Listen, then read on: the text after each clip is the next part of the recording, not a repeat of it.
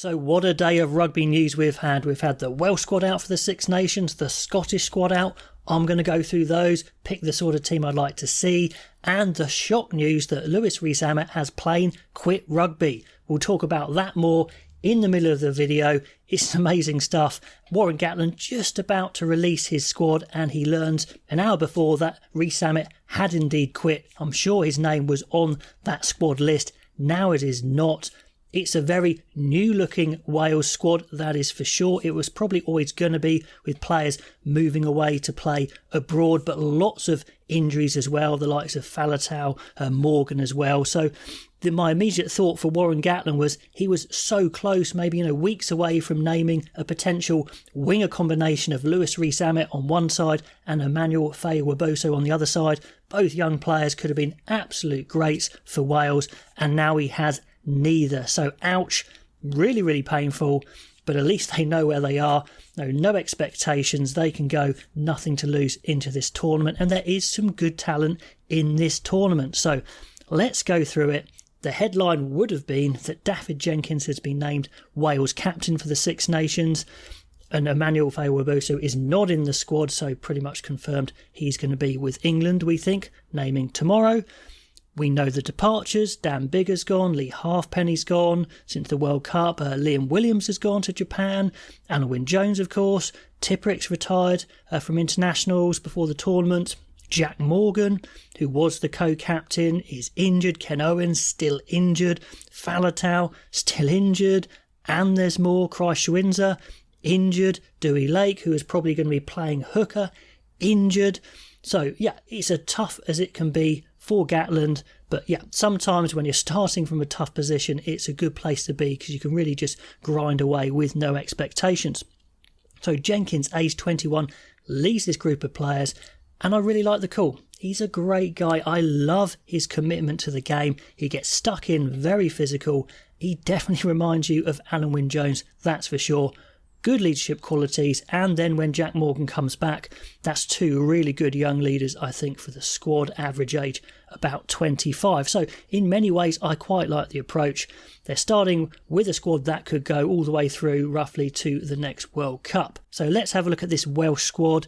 There is a little bit of experience here. Gareth Thomas at loosehead with 26 caps, but a likely starter is Corey Domachowski, only 6 caps, and at tight head, maybe the starter there is going to be Azarati, only 2 caps. Some interesting names. We see Archie Griffin from Bath Rugby, a massive young tight head, hasn't played a lot for Bath, I don't think, but yeah, he's one to watch. Lloyd Evans as well, converted back row, serious athlete, so he's interesting at hooker. So lots of youngsters in this squad, as I said before. Adam Beard, Rowlands, the experience in the second row, alongside the new captain, Dafydd Jenkins. Now he's guaranteed to start, which means we won't see, I don't think, Beard and Rowlands together, but I think we're going to see those three in the squad. And then we have Teddy Williams, who's going to be playing less game time, I think, but he's won that battle for the 4th second row spot. All change in the back row, very inexperienced for sure, only Wainwright with a decent amount of caps, so normally very strong in the back row. There's obviously talent here, but not much experience. You'd think Wainwright and Raphael likely starters, and then one from one of the others. We see Tane Basham return, both of them we haven't seen for a while, and then Mann and Martin, the new guys. Could have been quite a lot of new guys in the back row, but they've gone for them. Alex Mann, former under-20s captain, 22 years old, 6'3", plenty of game time for Cardiff this season. He looks good. And Mackenzie Martin, big guy for sure, 6'4", 19 stone, converted prop to back row. Definite chance for game time at number 8. So he's going to be exciting to see for sure. But yeah, as a pack, very inexperienced compared to, say, what Wales put out in the World Cup. One place they are experienced is at 9. Gareth Davis, Thomas Williams, loads of caps. Kieran Hardy's got 18 as well, so no problem there, and no space for a youngster at scrum half, which we thought we might have seen. Then a new look lineup at 10. We've got Sam Costello for the Scarlets. He's just come back from injury, so he's going to be getting up to speed. But he looks like the out-and-out fly half. Probably going to be his chance to lead Wales from 10, you would think. We've got Ioan Lloyd, who's playing 10 for Scarlets at the moment, but has played a lot of 15 as well. Kai Evans is probably more of a 15 who plays 10, but they look like your 3-10 options. Lots of flexibility there as well. It looks like Mason Grady's been named as a centre, although he can play as a big winger as well. There was some talk of him, had interest from Premiership clubs, and they definitely don't want to lose another player with that shock REES-ZAMMIT news, that's for sure. But he's going to be exciting to watch. North is the guy with the big caps there, a key leader in the back line, and him and Tompkins, an established pairing. They're no doubt going to start together, I'm sure. Joe Roberts has won that spot as the 4th centre. Well, and Owen Watkin recalled as well, maybe to get a bit more experience in the side there. Josh Adams is in, which is good. They need that experience. Rio Dyer's done very well for Wales every time he's played, and he now is the de facto speed merchant without REES-ZAMMIT. It looks like Tom Rogers maybe was the guy that benefited from an hour before the withdrawal of REES-ZAMMIT, and Cameron Winnett is a really good fullback from Cardiff, uncapped, but he looks assured beyond his years. I'm actually starting him in my team. He's my best matchday 23. Domachowski, Elias, Hazarati, Jenkins the captain alongside Beard. Then I think you put Botham at 6. He can cover a lot of positions. He's a tough lad. Rafael the out-and-out 7. Wainwright at 8.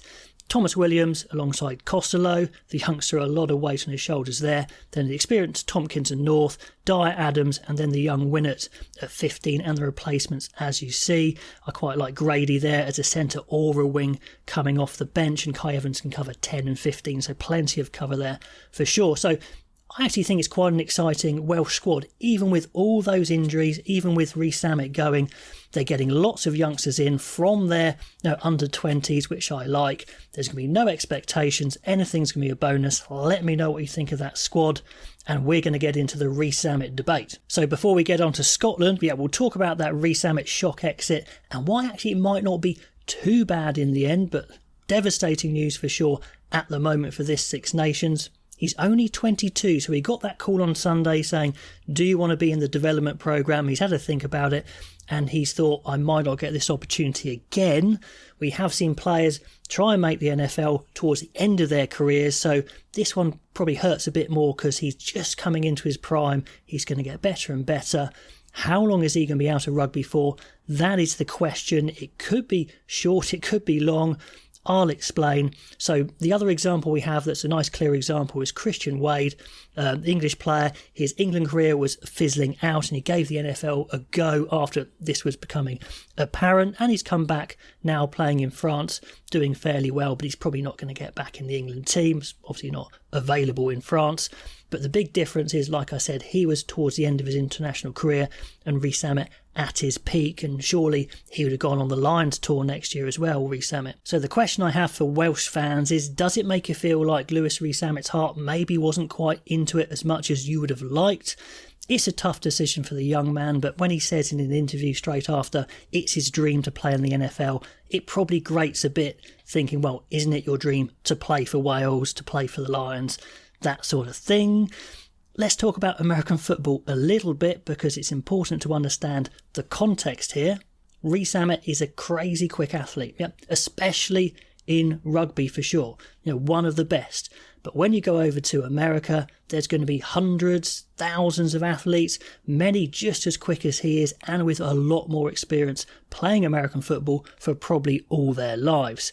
And they've got the pick of the best athletes in the whole of the USA, the greatest sprinting nation in history. So yes, he stands out in rugby, but will he meld into the background a bit more than you'd think in American football? I don't think we quite understand how many great athletes they have over there, especially where rugby is so small and American football is so big. And he doesn't just go into a franchise. He's not there in the squad already. He's going into the international player pathway specifically designed for non-American players to get them up to speed, to see if they've got what it takes to maybe get into a franchise. And even then, they probably wouldn't go into the main squad. They'd just go into a development squad anyway, kind of a shadow squad.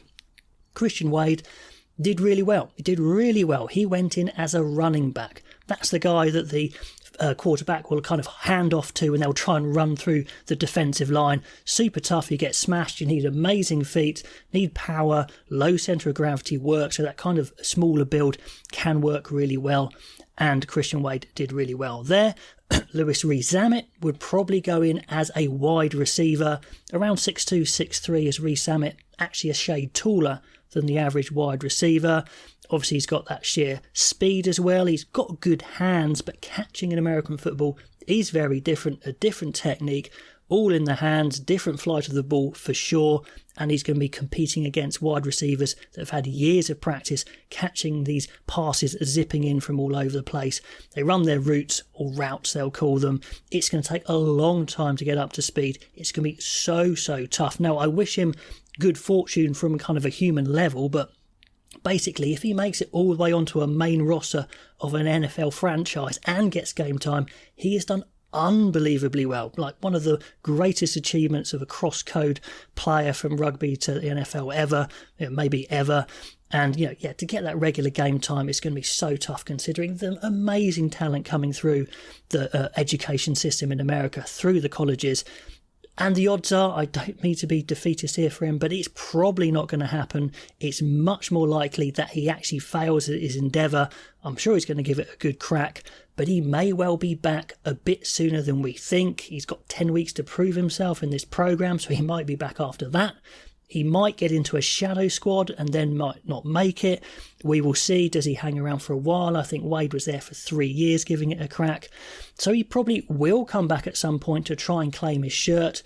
How are you going to feel as and when he does that? I don't know. If he makes it in the NFL, amazing. But the likelihood is it's not going to be for that long and he will be back. Doesn't help right now, but he might be back in time for that World Cup. So might not be quite as bad as we think, but I'd love to know all your thoughts on it, Welsh fans. And let's finish on the Scottish squad that was out today as well, probably a bit overshadowed by that Welsh news. But Gregor Townsend names his 39 players, some uncapped players, but no massive stories here really. We've got some props, Alec Hepburn, Will Hurd, we'll talk about them.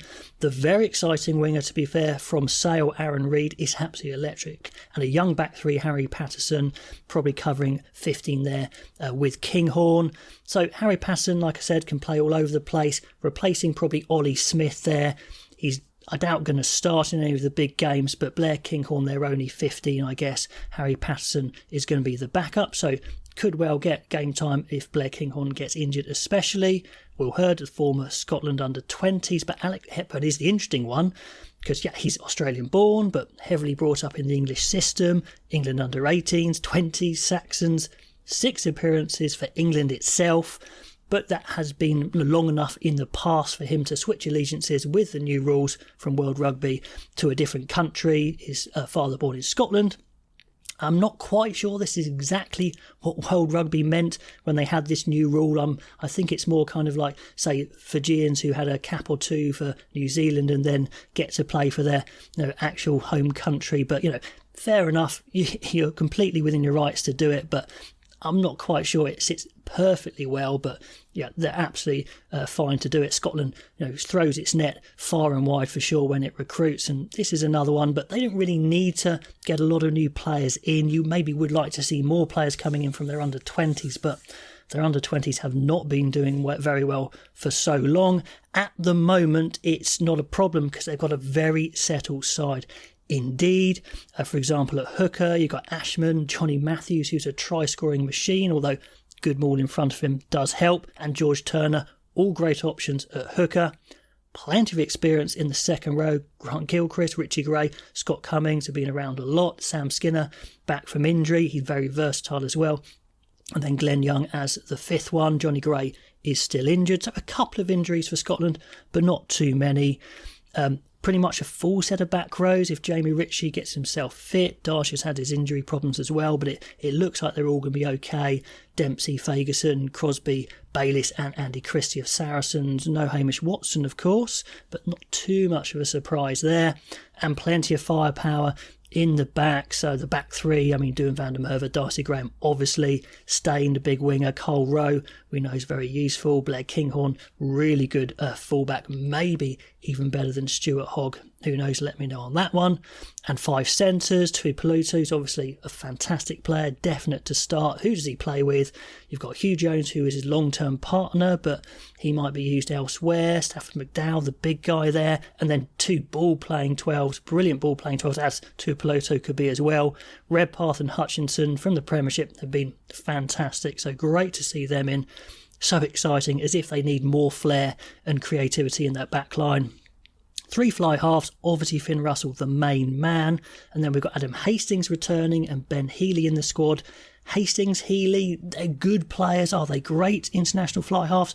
Not quite sure, but if Finn Russell's fit, then he plays the bulk of the game anyway. Scrum half, pretty settled. Ben White are playing in France now, Ali Price and George Horn. So, in summary, very settled. Not too many shocks in there, not too many youngsters coming in, but they'll fancy a crack at anyone, as we know. So let's have a quick look at the team that I'd go with, and it's very settled really. Schoeman, Turner, Xander Fagerson, Big Richie Gray and Grant Gilchrist. Jamie Ritchie, they're hoping will get fit. Captain them at 6. Rory Darge, the youngster, at 7.